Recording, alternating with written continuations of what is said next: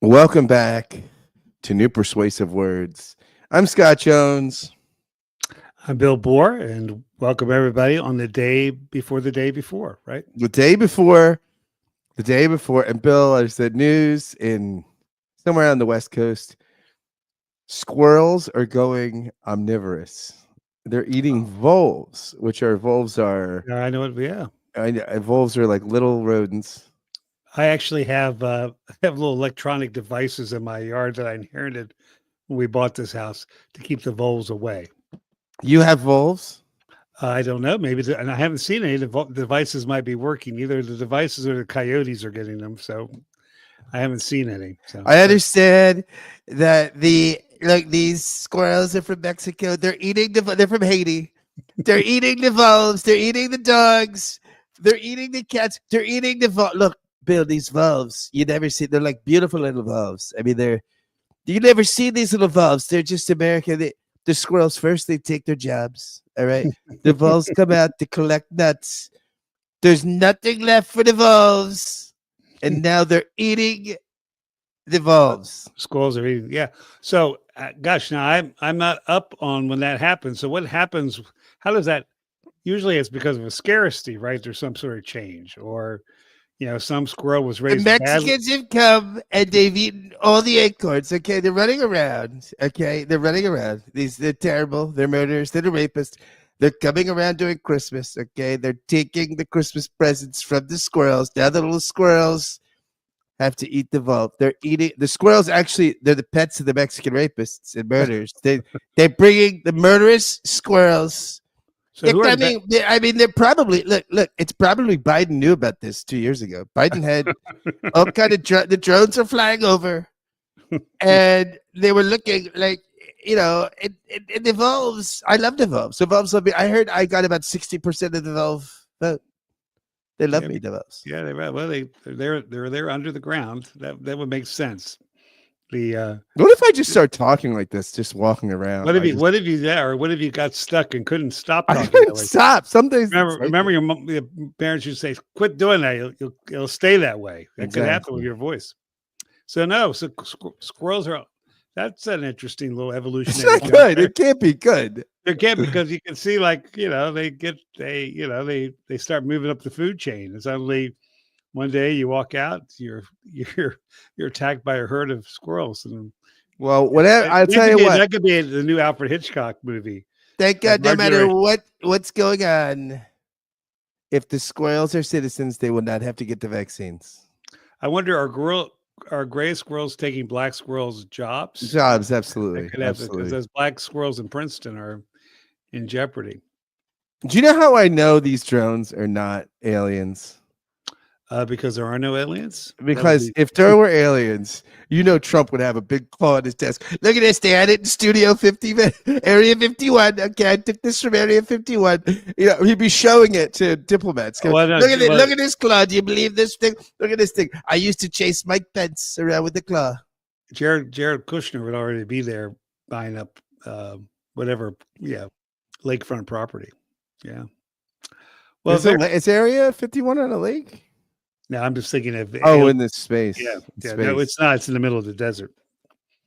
Not much going on there. I was disturbed by this squirrel thing. I don't know why I was disturbed by it. Just one of those things you're moving along life and you just think you know how things work. Yeah. Well, maybe it gives them a fighting chance because all these feral cats out there. So there's a lot of feral cats. Suddenly, yeah, the cats destroy some small species. They're awful. Yeah. So there you go. There we go. So we've got that going on. So now I'm looking out my window. I thought, okay, the bobcat stays away generally. The bears are sleeping. The coyotes are pretty scarce, but now I got to look out for the squirrels. So. And Bill, the Gates report has come out, and I don't know what I want to see more. The Gates report or Mark Robinson, the North Carolina lieutenant governor, his internet browsing history. I don't know which one is scarier. Yeah, I don't know. So I guess, all right. So whose revenge is this? So many people don't like Matt Gaetz. I mean, yeah, that's Matt Gaetz. Yeah, that's true. That's true. It's hard to get in line. Yeah. All right. Well, very good. He'll always have Ted Cruz to eat lunch with. He always have Ted Cruz to eat lunch with. Yeah. So there you go. We've got We got the Matt Gaetz report. We've got squirrels Yeah. that are becoming omnivorous, and That's right. this is things are going downhill, Bill. And it's Christmas time. Right. What if reindeer become omnivorous? Then we've got problems. Well, only if you're in Lapland. That's true. Right, That's that's true. true. We don't have a lot of It's not a lot of reindeer issues here in the Americas, but at any rate. And maybe we'll take the Panama Canal back. I saw that. Yeah, that's it's beautiful. Yeah, Greenland too. This is like a risk game. You're somebody that, all right, let's roll. I'm going into Greenland. I'm going into Central America. Okay, I got 4 armies.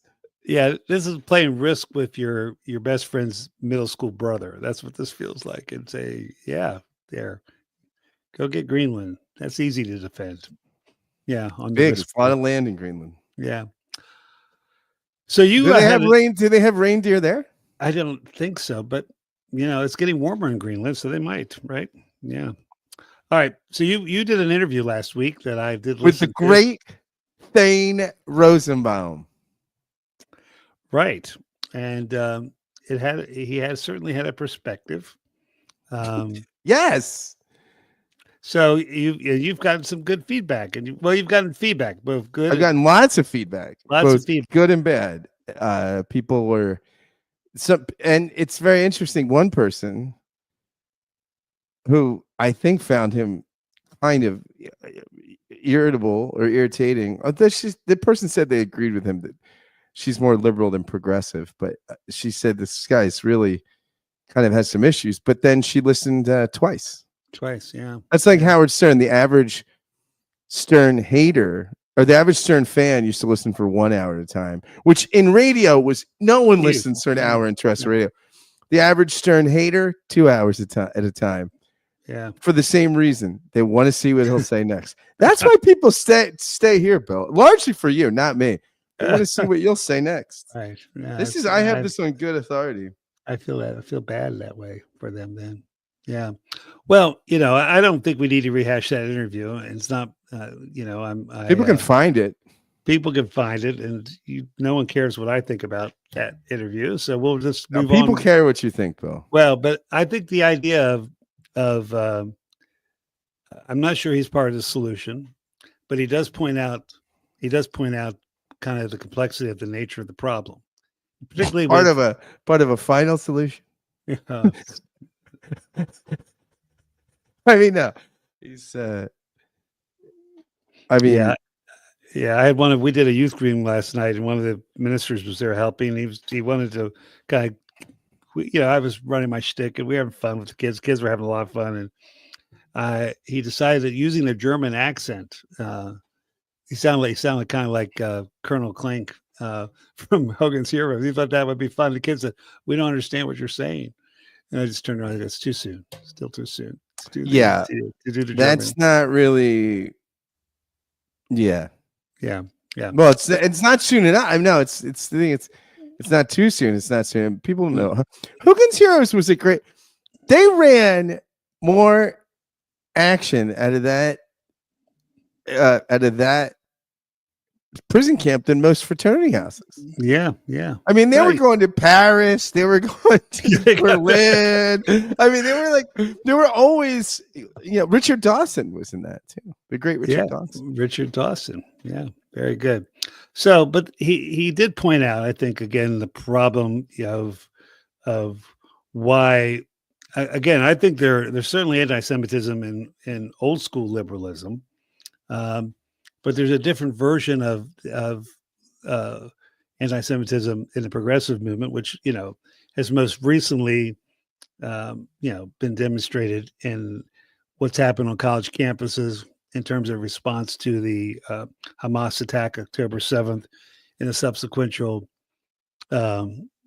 Israeli war, the Israeli-Gaza war, which has obviously spread to Hezbollah. And on one level, there's something that we've all pointed out, you and I pointed out, the great irony of people representing various groups and identity politics who would never last a half an hour with Hezbollah or with Hamas. Queers for Palestine. It is not really great. You do not want to open the Grinder profile in Yeah. Palestine. I mean, that's not really. It's not a great place if Yeah. you're anything other than straight as an arrow. The guy who I forget his name, which one he was, the leader that was killed while he was visiting Iran. He started out as a construction worker, and he died a billionaire. That's where a lot of the aid goes. Corruption. I mean, the corruption.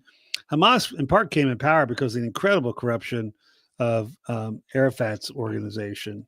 Not so much him, but the people around him and his wife. But Hamas apparently has become as corrupt as the old Palestinian Authority or PLO was. But the guy who got killed, and people, again, protested him being killed in when he was visiting Iran. His first job, I think, with Hamas was to kill, enforce law in Gaza, which included killing gay and lesbian Palestinians as well as other folks. So, the brutality. Again, that's to say that doesn't mean that Israel should not be held accountable for not following international law and protocols. And there's certainly been problems. Well, let me tell you though, what I've learned from this conflict. Here's how you interpret international law. You take any given. I feel like I've basically had an elective course in international law. You take any statute where there's a period, right? Yeah. Then you add a comma, and you put "except for Israel," and then you have the international law. Well, both, the critiques of it certainly, but there's a sense where, I mean, to defend Hamas is maybe one of the most either hypocritical or naive. I mean, if you know what they were about, then you are the worst hypocrite. If you don't know what they're about and you're defending them, it's like the one person on the Columbia campus, when someone asks, you're chanting "river to the sea," which river, which sea, and they couldn't name it, right? So that's problematic. Okay, again, the grievances that the Palestinian people have is a long list. But and look, again, let's be clear though, everybody, post-colonial reality, everybody's got a long list, right? And this is part of the sins of colonialism. And post-colonial reality, places like the British Empire and many empires divest of their imperial holdings and lands, and you wind up with people arguing about, all right, well, who can be here, who can be there, right? How do we divide this? I mean, Pakistan, India, you've got a lot of Iraq. Right. I mean, Africa, and in some sense, right? Iraq is a great example, right? Where, in some sense, what you have is a nation state that's not really a nation state, right? That you artificially created as a nation state under imperialism, under empire, and then if it wants to stay a nation state because it's not really a nation state, it needs a strong man to hold it together. I mean, it took us 100 years, right? I mean, did Lincoln save the Union or create the Union in some sense, right? I mean, it took us a long time before we felt like we were the sort of United States that we think of today, or contemporary Germany. Certainly wasn't Germany in Luther's time or in the medieval period. It wasn't Germany until the 19th century. Exactly. Yeah. No, I think, and the squirrels never ate meat over there. Squirrels never ate meat over there. Not even bratwurst. I mean, the map of the Middle East is the mess that first of all, set up by the weakness of the Ottoman Empire in its last century, combined with the colonial aspirations of the victors, England and France, in the post. By the way, on the risk board, just one territory, Middle East, and impossible to defend. Right? It's not easy. Asia is very difficult. A lot of fronts. A lot of fronts. And I think you mentioned Iraq, but just because you are aware of it, Arabs are okay. Right. By the way, this is everybody for those of you who are listening on iTunes or on the podcast app or Google Play or something, wherever you get your podcasts. We also live stream this on Facebook and YouTube. And so sometimes we get comments and occasionally I'll post them. So this is from Stephen Anthony from our YouTube channel. I don't know who Stephen Anthony is, Right. but he says to us, you are aware the Arabs are Semitic too. Your Right. anti-Semitism victim argument is self-defeating.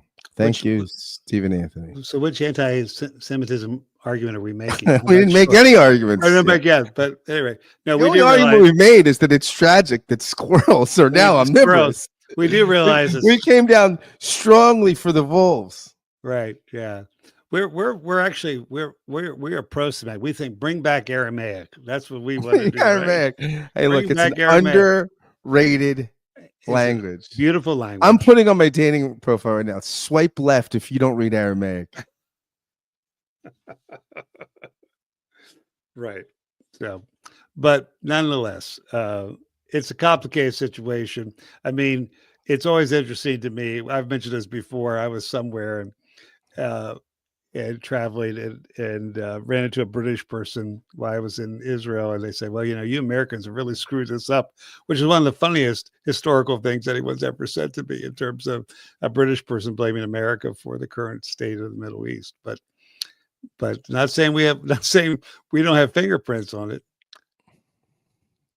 You say in the description says contemporary anti-Semitism. Oh, we did say what it says about contemporary anti-Semitism in the description. The description doesn't at all indicate what we're going to talk about necessarily. Right. It's a placeholder. Stephen Anthony on fire with the comments today. Very good. Very good. Give us a follow. Give us, subscribe to the podcast, Stephen, and keep the comments coming.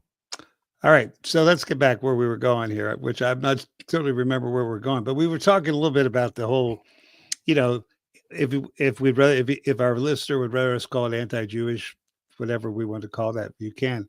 But there's a sense where there's versions of it, both in traditional right and the traditional left, and in this postmodern moment. And your interview pointed that out. There's it comes from a different kind of place. And I think it's an interesting thing. One thing that's pretty consistent from maybe back to the, I would go maybe back to the Persian period. There are always people who are upset with Jews and are trying to eradicate them one way or the other. That is a consistency. I think that came out in your interview with this guy. Yeah, I said, I wonder if Kim Jong-un's just running around going, I need some Jews. I mean, how am I ever going to be a great dictator without Jews? Like, can we get them? Can we import Jews? Well, he's now helping his friend Putin just send people across open fields, apparently, to be fodder, cannon fodder, which is just another horrific thing. So, do you know the average North Korean is something like 2 inches shorter and 30 pounds lighter than the average South Korean? Yeah, well, that's malnutrition. Yeah, I mean, gosh, yeah, I remember spending time in Guatemala and just heartbreaking. Yeah, the difference between the kids in this village who were in a feeding program, those who weren't, it was horrific. So, what is your takeaway from your interview? Because you and I have talked offline about it, and you've had multiple conversations with people. I like Thane a lot. I mean, I think you like everybody. I do. One or two people. There are one or two people. And they're going to remain nameless. There like, all right, so there used to be just one, but now there are two. Although become a Patreon sponsor, and I will give you my list of people I don't like. I just said that will become available for you and all of your friends. My daughter said today, let's be honest. All of us have someone we want to kill, which came out very randomly. So we're all locking our doors tonight. Yeah. This is true. Like, so, I didn't want to ask her who was on her list, but at any rate. No, I mean, look, I think that the reason I had Thane on was he wrote this. He writes a twice a month column for the Jewish Journal of Los Angeles, and he wrote about this anti-Semitism that was at the Oxford Debating Society, which was horrendous. I mean, and this is a storied, celebrated institution. I mean, this was just horrible. And this is what's going on today. I mean, this is Yeah, although I did like he kept talking about, and they were wearing tuxedos. no, exactly. Hey, look, it's like I like my anti-Semites in a tuxedo. It's like Tuscadego Nights or whatever. I like how you like your baby Jesus. How do you like it? your I like my Jesus in a tuxedo T-shirt Oh, that's right. because So right. it's got an air of formality, but it shows he likes to party. Yeah, no, but yeah, no. What happened there was yeah. Well, it's a sham. Although I would have to think of I think there's probably this is not the first time there's been been bias and absurdity at that institution, right? So yeah, I mean, I think that. I mean, that sort of anti-Semitism. It's interesting. He didn't mention this, but this is something that has come to light for me this weekend. Just I forget where I found this source, but it might have been the Slate Political Gab Fest or something. I don't know what it was. Oh no, it was the commentary podcast for me. You know, the left is saying that the right has kind of, they're calling it the quote unquote manosphere or whatever, right? But they have these spaces like the Joe Rogan places, the Ben Shapiro, the podcasting sphere. There's so many contexts for right-wing content creators to sort of create the space for exchanging ideas and for ideology and stuff, and that the left needs something like that.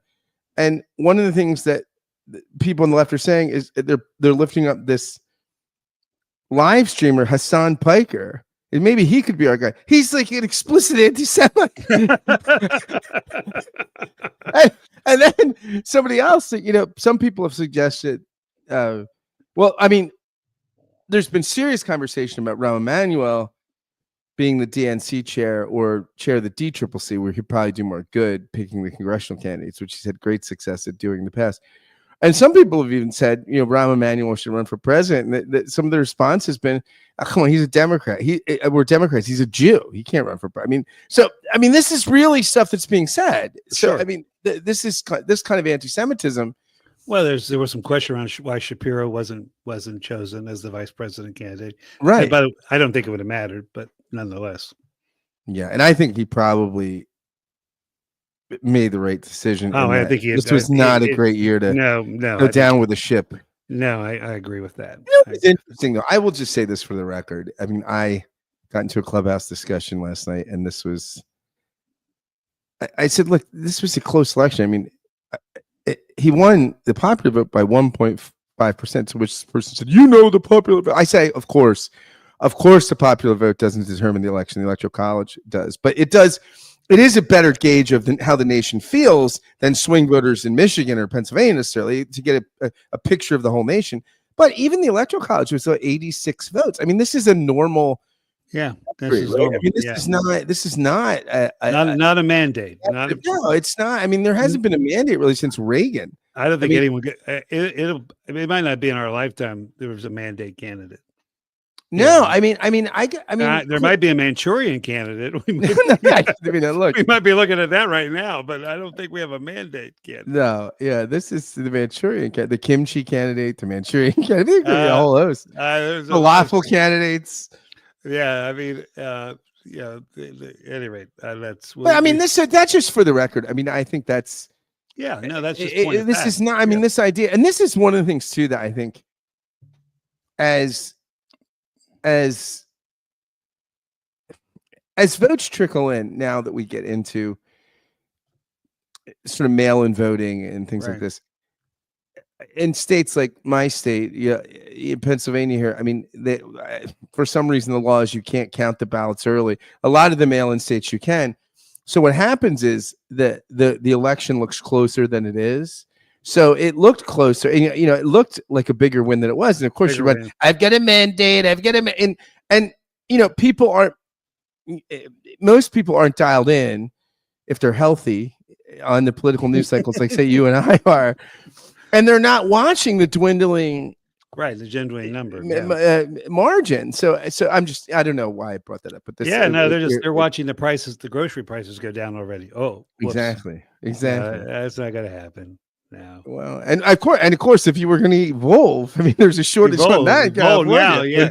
So hopefully you got your holiday bowl in You early. know, and yeah, absolutely, you got that Lovely with peppered. lovely with cranberries. Yeah. So where were we? I Oh, anti-Semitism. Anti-Semitism, right? Yeah. So yeah. I mean, I think this and so these discussions. It's very interesting because the Anti-Defamation League has the 3 Ds of anti-Semitism, right? Which are demonizing Israel, double standards, and delegitimizing Israel's right to exist. They're saying that these are ways you can find anti-Zionists, which they think is ultimately anti-Semitic, right? And I think that these are interesting because all of these are taking place in contemporary discourse about the current conflict. Now, I'm not saying that Israel isn't guilty of excesses. I mean, you'd be hard pressed in any conflict to find Yeah, but I think sides that aren't. yeah, when we were guilty of war, I mean, again, I think we tend to brush our war crimes under the rug, and the defense secretary nominated is horrific in that. He has a horrific history in that. I mean, I think that's part of what Nice looking guy though. Well, there we go. Well, I like my he looked great in his underwear with a flag at the memorial. That was a good shot. Hey, pulling off boxer briefs in a shot like that is not easy, Bill. Not even no. Don't take that away from him. I will not take that away. I respect it. I think that guy gets. Do you think he gets confirmed? I have no idea what this Congress can. What the next Mike Murphy said it. If that guy, his take was that he's like, look, I've worked at the Pentagon. He said these guys are serious. The generals are just gonna go. They're gonna give him a funny hat and a bomber jacket and say, "Go inspect aircraft carriers," and they'll just take care of business. They're not gonna listen.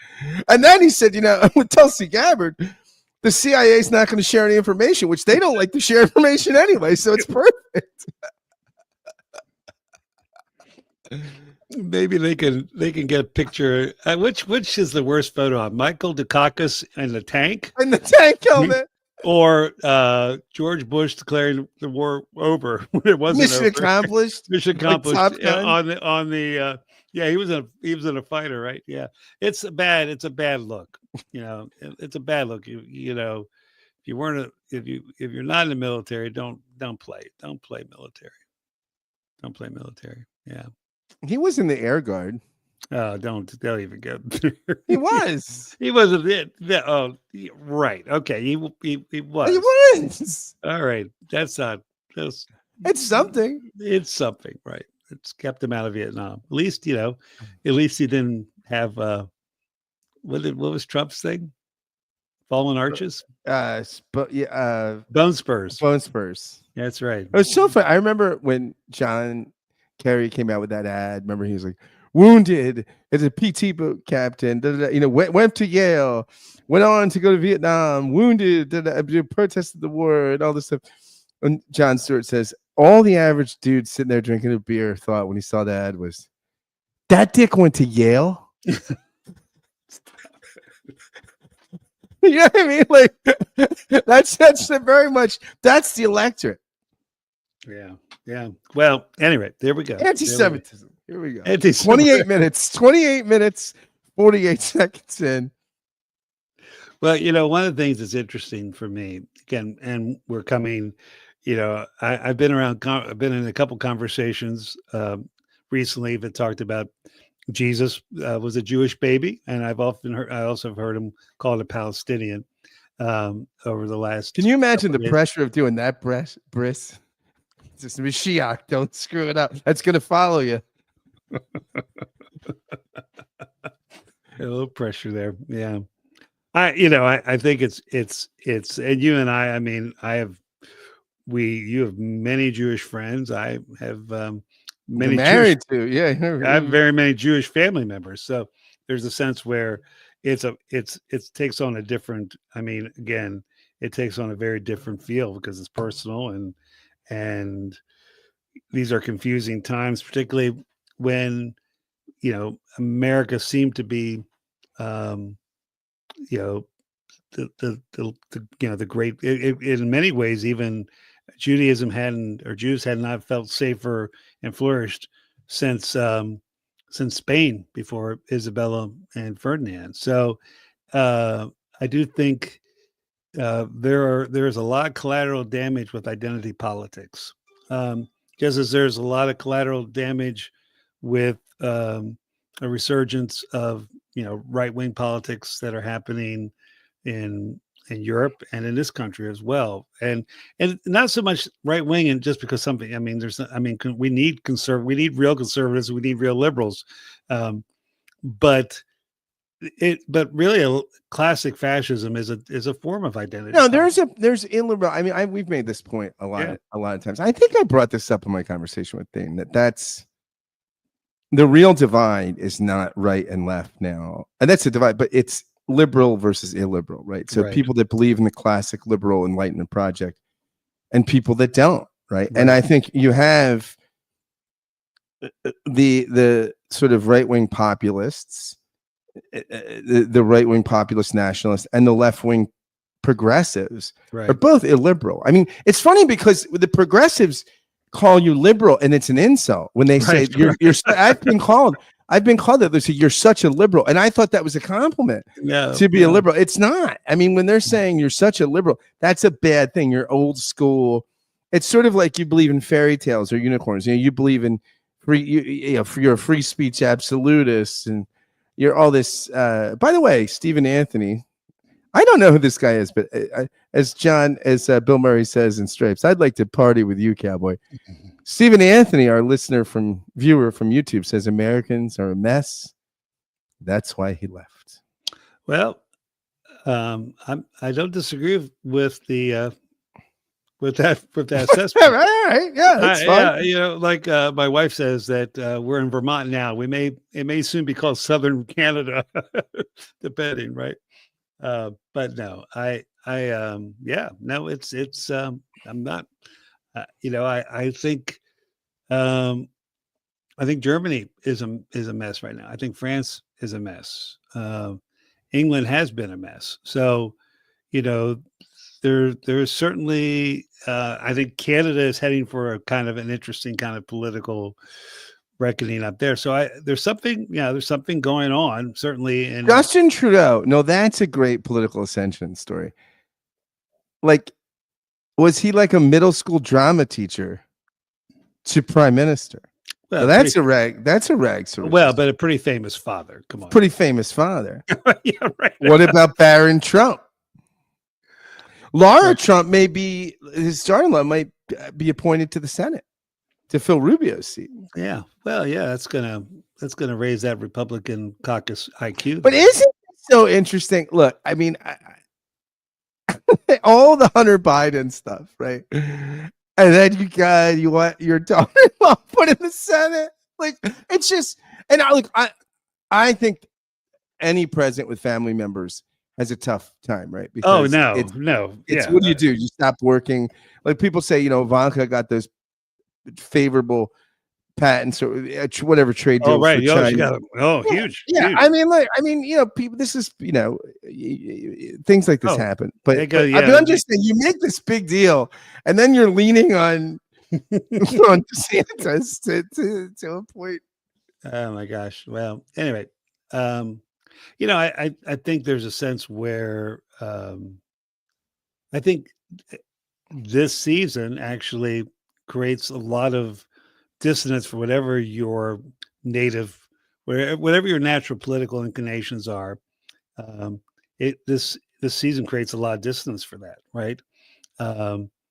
Jesus was someone from the Galilee, someone who did not look like a Westerner. He looks probably more like the Berbers do now. So someone who was born in the region that at different times in its history has been called Palestine. He was born the country was occupied. It was not a sovereign state. It was occupied by the Romans.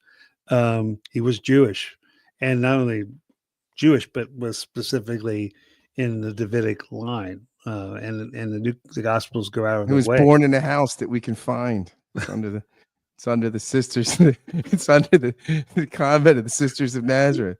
That's right. That's another story, but yeah. Well, there's two places he possibly could be found in Nazareth, depending which side of the Eastern Orthodox or Roman Catholic. I had a friend who was on a tour in the Holy Land, and they said this has really happened. They were pointing to the site of the beheading of John the Baptist. And an hour later, the guy says, "Oh, this is the site of the beheading of John the Baptist." And my friend said, "I thought it was back there." So yes, it happened twice. Yeah.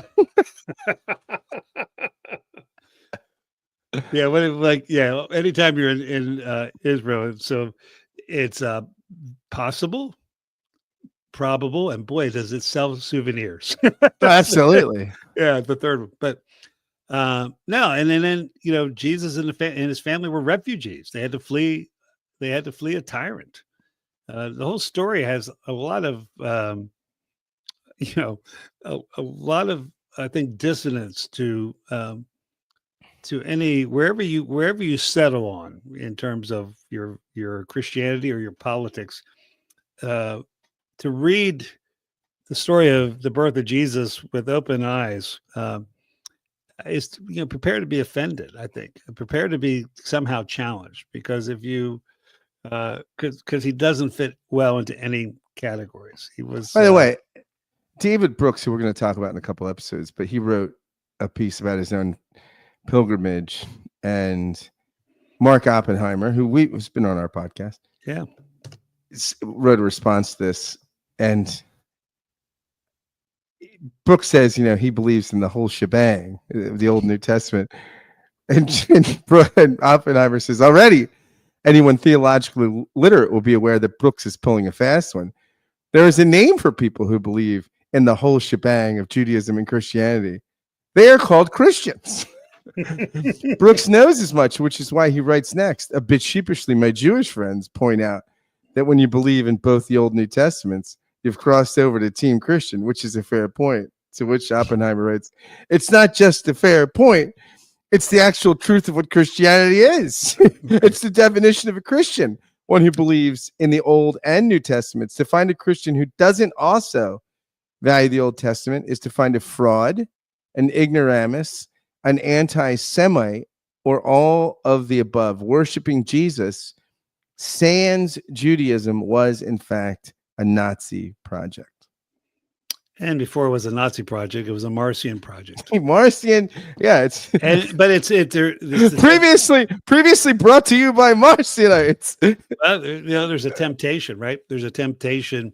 I mean, I love the kids. I love that Christmas song. Some children see him, and they go through all the different colors that a child can be and how they see Jesus.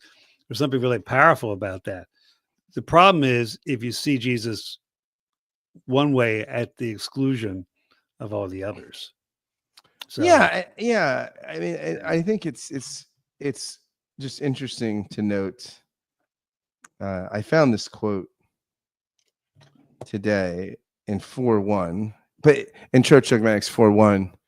But I mean, I'm sure this. Okay, for all of you who don't sleep with your church dogmatics, we're talking about Carl. God forbid.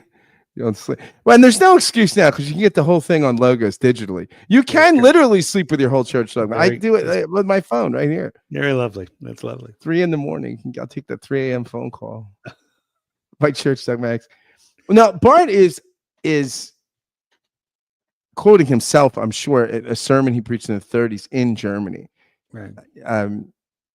But I couldn't find that reference. I forgot exactly the reference of that sermon. It was before he was kicked out of Germany, or had to flee Germany. Flee. He says, there's one thing we must emphasize, especially. The word did not simply become any flesh. It became Jewish flesh. The church's whole doctrine of the incarnation and atonement becomes abstract and valueless and meaningless to the extent that Jesus' Jewishness comes to be regarded as something accidental and incidental.